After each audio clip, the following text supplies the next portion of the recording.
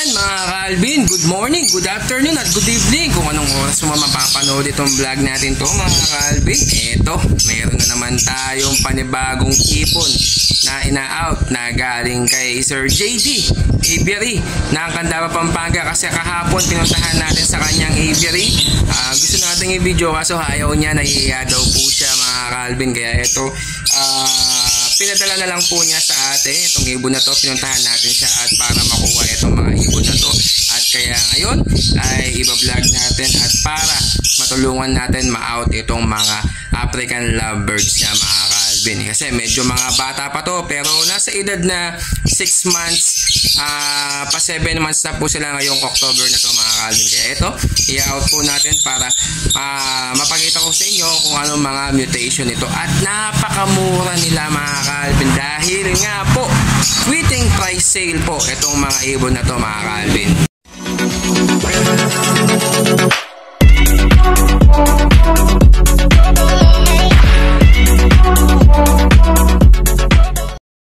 At ayun mga ka-Alvin, ayun po yung unang pares natin na back to back green OPA possible red factor po yan mga ka-Alvin ha. Edad po niyan ay 7 months ngayong October na to mga ka-Alvin. Galing po yan kay JD Aviary.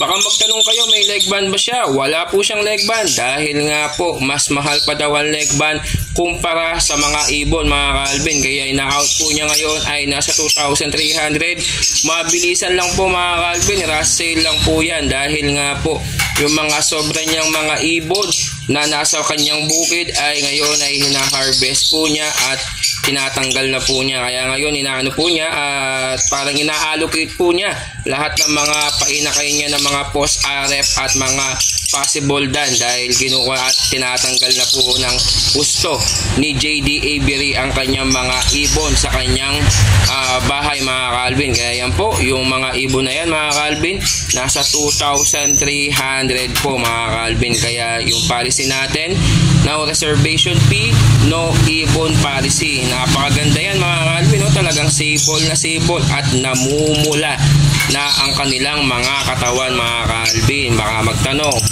ano yung parents niyan? Yung parents po niyan ay wala na po at na-out na po ni Sir JD Aviary. Isang green OPA possible red factor na hen at isang visual OPA red factor ang tatay po nila. Halos magkakaibang parents yan mga ka-Alvin. Kaya yan po yung mga parents po nila. Kaya baka magtatanong mga ka-Alvin ha, legit po ba yan? Legit po yan si JD Aviary. Kaya sa mga naano natin, marami na pong nakapagpalabas sa mga nakakuha sa atin na mga post RF mga ka-Alvin. At ito naman mga ka-Alvin, ang pangalawang pares natin na green OPA possible red factor mga ka-Alvin. Tatlong pares lang po yan mga ka-Alvin ha. Baka sabihin nyo marami na naman po yan, ina-allocate lang po ni Sir JD Aviary yung mga sobra po niyang ibon. Hindi pa po totally pares yan mga ka-Alvin ha. Banded po yan kasi nasa flight cage po yan. Napakalaki kasi ng flight cage ni Sir JD Aviary kaya hindi po niya makuha lahat ng mga ibon po niya. Akala ko wala ng mga ibon doon, meron pa pala siya dahil dalawa yung flight cage po niya sa kanyang bukid. Lahat ng mga ibon po niya na painakay dati nandun po lahat, halos nag-matured na po lahat. Nauna kasi yung mga matured na po yung mga nakuha natin sa kanya, yun po yung mga nai-out natin nung nakaraan. Ngayon yung ito mga nasa 7 months up po. Ayan mga ka-Alvin ha. Ayan po ay nasa 2,300 green OPA possible red factor mga ka-Alvin. O, kitang-kita na yung ulo, sable na sable at yung katawan ay namumula na po mga ka-Alvin. Yun, napakaganda nila at napakalinis at napakaganda mga ka-Alvin. Kaya sa mga gustong kumuha, ito po yung policy natin.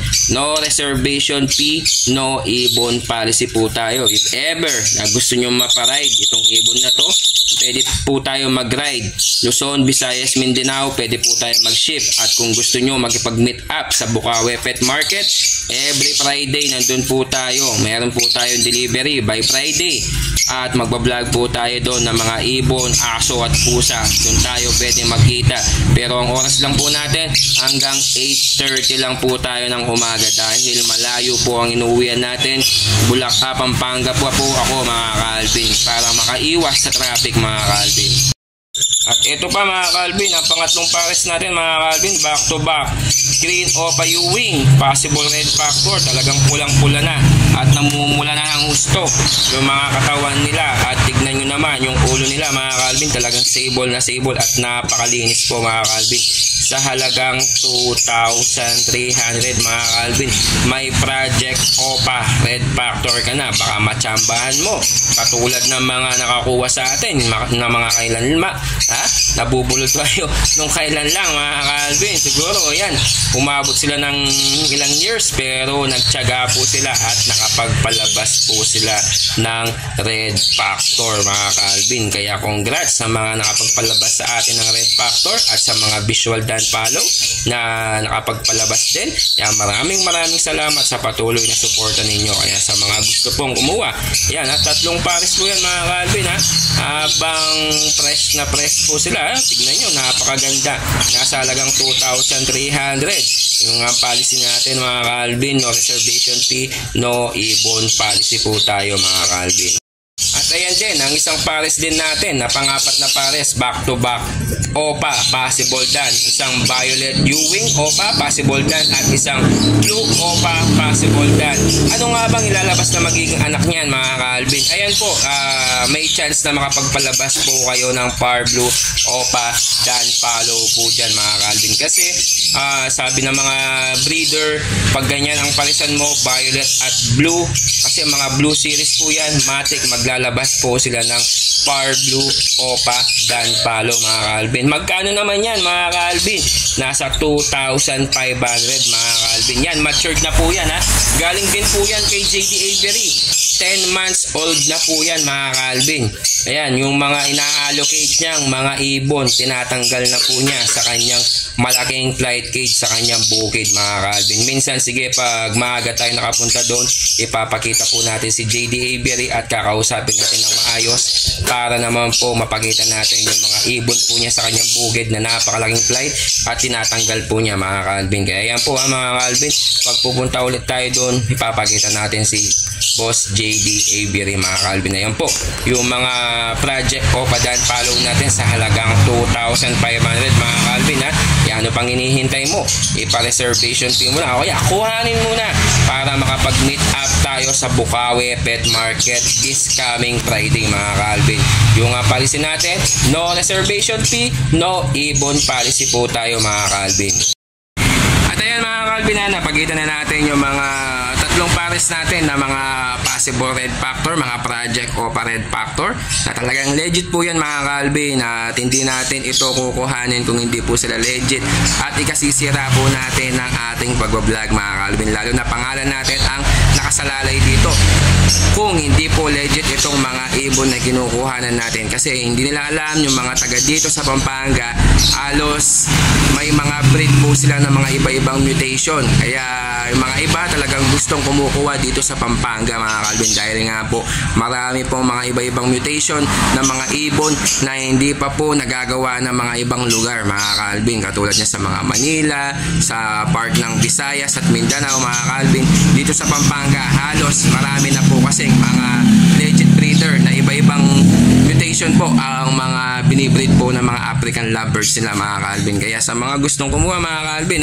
ayan, meron tayong isang pares na project Opa dan follow at tatlong pares na project Opa red factor mga Calvin sa murang halaga. Grabe, talagang bagsak presyo ang mga ibon, lalo na kasi quitting price po na tinatanggal na po kasi lahat ni Sir JD Avery ang kanyang mga ibon. Kaya po yung mga iba ay pinapapasa sa akin at pinapapick up na lang po niya sa akin sa kanyang bahay mga Calvin, para po makuha natin yung mga ibon sa kanyang aviary mga Calvin. Kaya sa mga gustong kumuha, i-indicate ko po yung contact number natin para mabigay po natin ang mga ibon na order ninyo mga Calvin. Kaya kung bago ka lang sa ating channel, huwag mo kalimutan mag-like at mag-subscribe at i-click notification bell button natin para lagi kang updated sa ating YouTube channel mga Calvin. Kaya maraming salamat mga Calvin. Thank you.